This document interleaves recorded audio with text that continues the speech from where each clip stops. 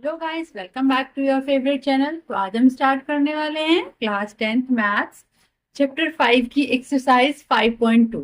So the question number 1 is fill in the blanks in the following table given that a is the first term, d is the common difference and an the nth term of the AP। यहाँ पर हमें a, d, n, an कुछ terms दिखाई दे रही हैं, जहां पर ए का मीन्स क्या होता है, फर्स्ट टर्म होती है किसी सीरीज की। ये हम पढ़ चुके हैं, सब इंट्रोडक्शन वीडियो में भी पढ़ चुके हैं और 5.1 में भी हमने ये सारी टर्म्स यूज की हैं। बट ए एन हमने वहां यूज नहीं किया था। ए एन अभी हमारे लिए न्यू है, बट इंट्रोडक्शन वीडियो में मैं एक्सप्लेन कर चुकी हूँ ए एन क्या होता है। सपोज कीजिए एक आपकी एक सीरीज है 2, 4, 6, 8। तो अगर जैसे ये आपकी सेकेंड टर्म है तो मैं आपको इसको A2 बोल सकती हूँ। ये थर्ड टर्म है तो मैं इसको A3 बोल सकती हूँ। फोर्थ टर्म है तो A4 बोल सकती हूँ। तो ये 2, 3, 4 ऐसे ही अगर nth नंबर पर कोई टर्म आ रही होगी तो हम उसको an बोल सकते हैं। तो इट मीन्स n की जगह यहाँ पर कुछ भी नंबर हो सकता है। फर्स्ट टर्म होगी तो यहाँ पर हम 1 लिख लेंगे, सेकेंड टर्म होगी तो 2 लिख लेंगे, थर्ड टर्म होगी तो 3 लिख लेंगे। अभी यहाँ पर हमें करना क्या है, हमें देखिए यहाँ पर ए बी गिवन है, डी गिवन है, एन गिवन है। हमें गिवन है कि कोई एपी की सीरीज है, उसकी फर्स्ट टर्म जिसको हम A1 भी बोल देते हैं या उसको हम ए बी बोल देते हैं, फर्स्ट टर्म उसकी 7 है और उसमें टोटल 8 टर्म्स हैं। 8 टर्म्स है, n इज इक्वल टू 8 है ना। तो इट मीन्स उस सीरीज में, जो एपी की सीरीज है उसमें टोटल 8 टर्म्स हैं। d इज इक्वल टू 3, उन टर्म्स के बीच में जो डिफरेंस है वो 3 का है। तो आपको ए एन बताना है। तो ए एन का मीन्स क्या हुआ कि वो जो 8 टर्म्स हैं, तो 8th नंबर पर जो यहाँ पर टर्म लिखी होगी वही तो ए एन होगी। यहाँ पर n इज इक्वल टू 8 है, 8 टर्म्स हैं, इट मीन्स हमें A8 बताना है। तो चलिए फाइंड करते हैं। कैसे फाइंड करते हैं, देखिए इसके लिए क्या फॉर्मूला होता है वो भी मैंने आपको इंट्रोडक्शन वीडियो में बताया है। अगर किसी ने इंट्रोडक्शन वीडियो नहीं देखी है तो पहले प्लीज इंट्रोडक्शन वीडियो देखें, एक्सरसाइज आपको बहुत अच्छे से क्लियर होगी। तो देखिए फॉर्मूला हमारा क्या था, A N is equal to A plus N minus 1 D. ये फॉर्मूला पुट करके यहां से हमें जो भी चीज मिसिंग होगी, किसी पार्ट में हमें ए नहीं गिवन होगा, कहीं हमें एन गिवन नहीं होगा, कहीं डी नहीं गिवन होगा, कहीं ए एन नहीं गिवन होगा, तो सभी पार्ट्स में हम यही फॉर्मूला यूज करके मिसिंग जो भी टर्म है उसको फाइंड कर सकते हैं। तो देखिए यहां से हमें ए एन नहीं पता है तो हमने ए एन को एज इट इज रहने दिया।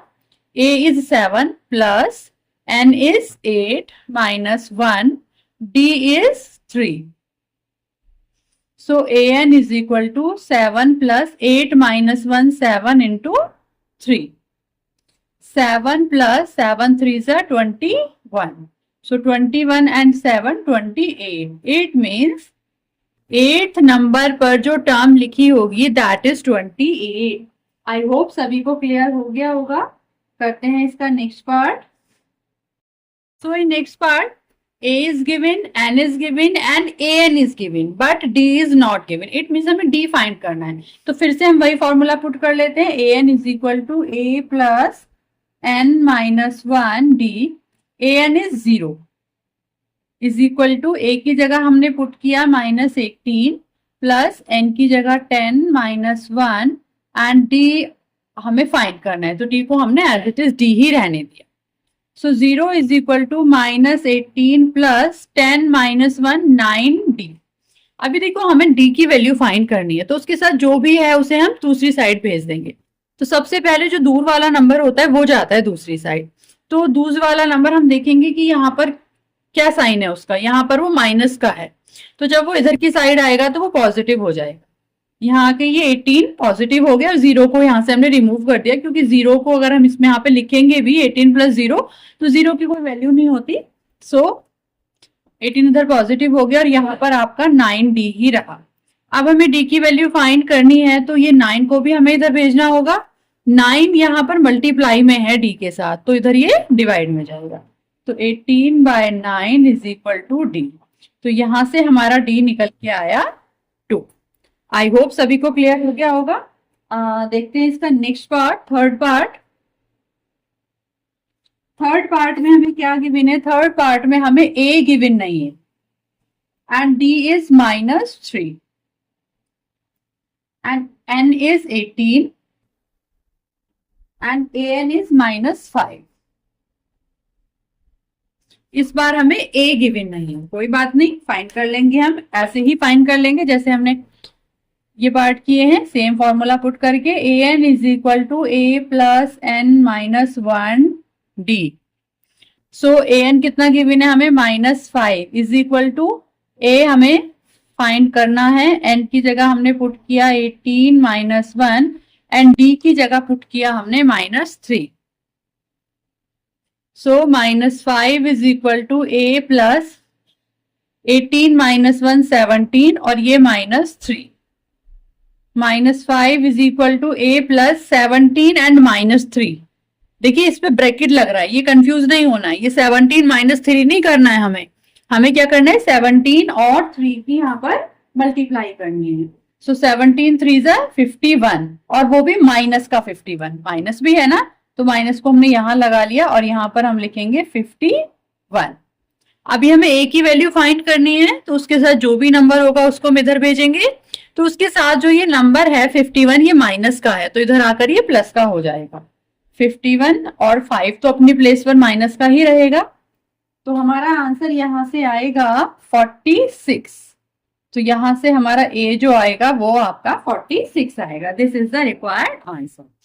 सो करते हैं इसका next part. Next part, A is given, D is given, A N is given, but N is missing. तो हमें एन को फाइंड करना है। पुट करते हैं हम अपना formula, a N is equal to A plus N -1 D.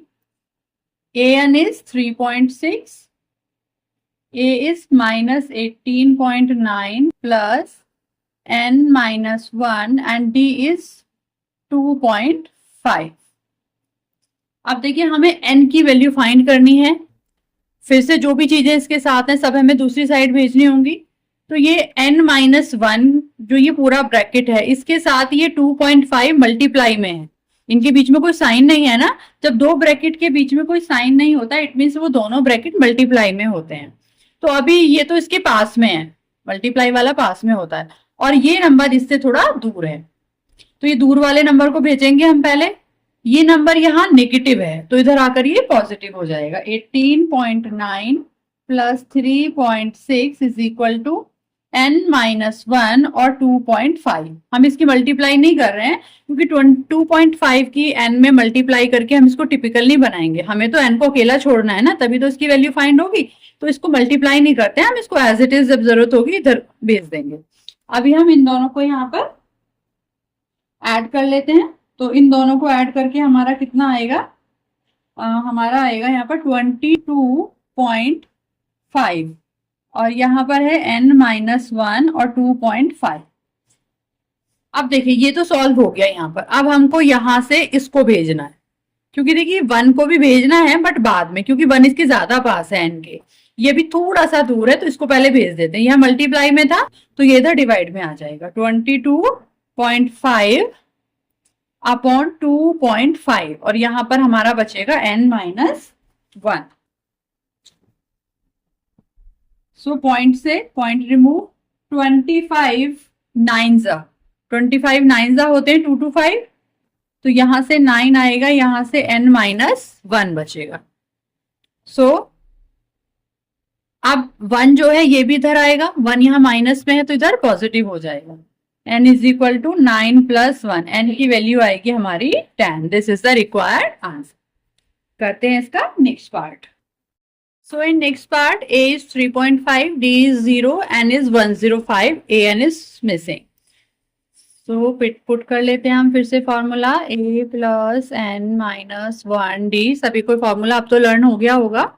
इस पूरी एक्सरसाइज में मोस्टली हम यही फॉर्मूला यूज करने वाले हैं, तो अगर ये फॉर्मूला लर्न हो जाएगा, वैसे तो कुछ टिपिकल है नहीं, तो सभी क्वेश्चंस आप इजीली सॉल्व कर सकते हैं। a n आपको गिवन नहीं है, a की जगह हमने पुट किया 3.5 प्लस n की जगह पुट किया 105 -1 and d is 0। So an is equal to 3.5 plus 105 में से 1 माइनस किया हमने तो 104 बचा। an is equal to 3.5 plus, देखिए 104 में 0 से मल्टीप्लाई हो रही है, अब 0 से मल्टीप्लाई होगी तो ये पूरा 0 हो जाएगा, तो यहाँ पर आएगा आपका 0। It means an is equal to 3.5। This is the required answer. ये तो हमको यहाँ भी देखे क्लियर हो रहा था कि जब d इज इक्वल टू 0 है, इट मीन्स टर्म्स के बीच में कोई डिफरेंस ही नहीं है, it means same terms he repeat हो रही है बार बार, तभी तो टर्म्स के बीच में कोई डिफरेंस नहीं है। तो चाहे n 105 हो, 108 हो, कुछ भी हो, n कितनी भी टर्म्स हो सीरीज में, लेकिन जब उनके बीच में कोई डिफरेंस ही नहीं है तो यही टर्म बार बार रिपीट होती रहेगी, 3.5 3.5, इसीलिए an is equal to 3.5। I hope clear हो गया होगा सभी को क्वेश्चन 1। चलते हैं क्वेश्चन नंबर 2 पर। Second question is choose the correct choice in the following and justify. First part हमें गिवन है 30th टर्म ऑफ द, एक सीरीज हमें गिवन है, इस क्वेश्चन ने बोला है कि इस सीरीज की जो 30th टर्म होगी, मींस 30 नंबर पर जो टर्म आ रही होगी वो इन चारों ऑप्शंस में से कोई एक होगी, तो हमें बताना है कि इन चारों ऑप्शंस में से कौन सी होगी। वैसे तो ऐसा क्वेश्चन 1 मार्क में हमें लग रहा है कि 1 मार्क में आएगा, बट ऐसे कैसे हम पता लगाएंगे, हमें तो सॉल्व करके देखना पड़ेगा ना। तो चलिए, हमारा एक फॉर्मूला है, हमें पता है कि अगर हमें कोई सी भी टर्म फाइंड करनी होती है तो हम कौन सा फॉर्मूला पुट करते हैं, an is equal to a plus n minus 1d। अब देखिए, इसमें पुट करने के लिए हमें टर्म्स भी तो पता होनी चाहिए। an का मीन्स क्या होता है, n का मतलब कौन सा होता है, n का मतलब होता है कि कौन से नंबर की टर्म आपको फाइंड करनी है। तो कौन से नंबर की टर्म फाइंड करनी है हमें, 30th नंबर की, तो हम इसे ऐसे लिख सकते हैं a30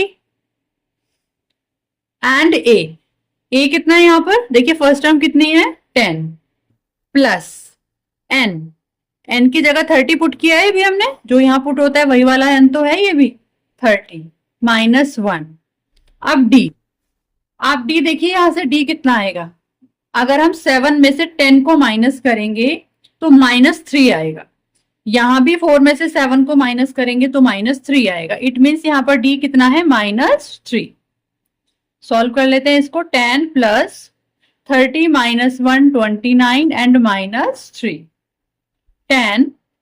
अब यहाँ पर 29 और 3 की मल्टीप्लाई होगी, तो 29 और 3 की मल्टीप्लाई होके आएगा -87, क्योंकि ये वाला माइनस आएगा, और 29 3 जा 87, इनको जब हम सब्ट्रैक्ट करेंगे तो हमारा आंसर क्या आएगा -77। तो देखिए कौन सा ऑप्शन है, दैट इज ऑप्शन सी -77। तो यही हमारा करेक्ट ऑप्शन। देखते हैं इसका second part. In second part 11th number की टर्म है, इट मीन्स n कितना है आपका 11 है, a कितना है इसमें आपका -3 एंड d कितना है, देखिए d कैसे फाइंड करेंगे हम, इसमें से इसको सब्ट्रैक्ट करके, -1/2 में से सब्ट्रैक्ट किया क्या -3, सो -1/2 माइनस प्लस 3 में से हाफ माइनस करना, 3 में से हाफ माइनस करेंगे तो हमारा कितना बचेगा 2 1/2 मीन्स 5/2। ये तो क्लियर है सभी को, इतना तो सब्ट्रैक्शन आप कर सकते हैं इसका एलसीएम लेकर। तो हमारा d आया 5/2। सो अब हम फाइंड करते हैं, अब हम फॉर्मूला अपना पुट कर लेते हैं, an is equal to a plus n minus 1d। n की जगह पुट किया हमने 11, हमें 11th टर्म बतानी है, 11th नंबर पे क्या नंबर लिखा होगा। सो a is -3 plus n is 11 minus 1, d is 5/2. So a11 is equal to -3 plus 11 minus 1 10, और 10 की ही मल्टीप्लाई में है 5/2। तो देखिए ये दोनों मल्टीप्लाई में है नंबर्स, सो 2 से 10 कट हो जाएगा 5 times. So a11 is equal to -3 plus 5 5 25। सो 25 में से जब हम 3 माइनस करेंगे दैट इज 22। तो 22 हमारा ऑप्शन में है, second option is, it means second option is the correct answer. I hope सभी को क्लियर हो गया होगा। आज की वीडियो में बस इतना ही, मिलते हैं नेक्स्ट वीडियो में नेक्स्ट क्वेश्चन के साथ, तब तक के लिए बाय बाय।